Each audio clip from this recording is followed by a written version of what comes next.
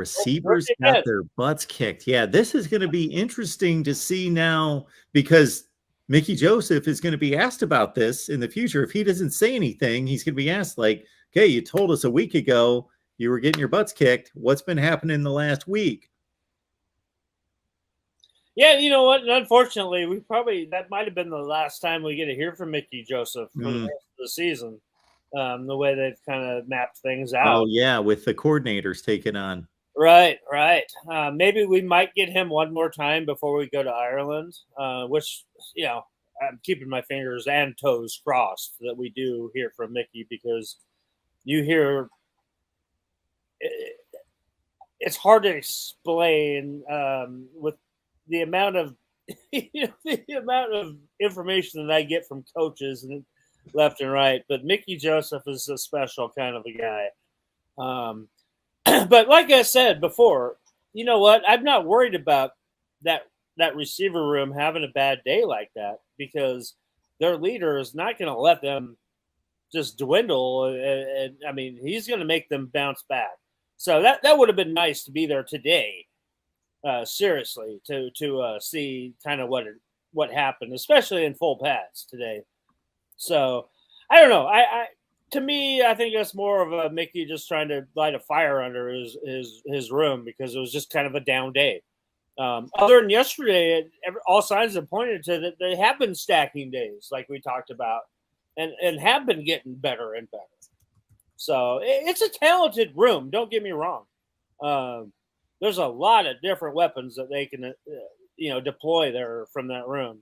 So I expect that to end up, sooner or later being, one of the better weapons on that offense under Mark Whipple. Absolutely. Appreciate y'all being here.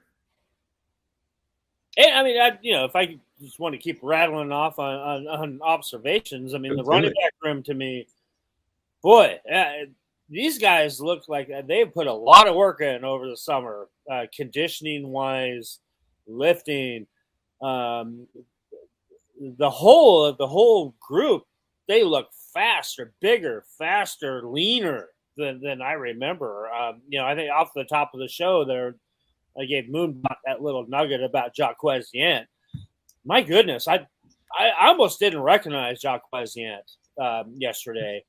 He looked more like a tall, lean guy than the bruiser that we've been used to seeing. And once he got his hands on the ball, man, he was trucking. I mean, I was super, super impressed with Jacquez Yant.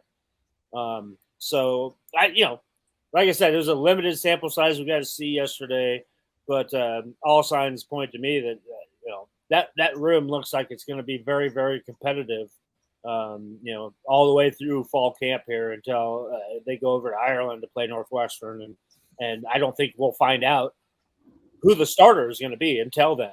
And Coach Frost has already said that they're going to keep everything very close to the belt. They're not going to release a depth chart right up until probably that trip to Ireland. So, everybody's going to be in the dark pretty much who the ones and twos are, but, educated person can kind of figure out who those ones and twos are just by amounts of reps and what you do limited see, what you see limited in the opportunities that we get to see things. So, it's going to be, that's the way it's kind of been already that we've seen through the spring and the fall, that they're keeping things pretty close, pretty tight in-house, and not trying to let anybody see a little bit too much with the whole new system that they've implanted here after hiring Mark Whipple and company.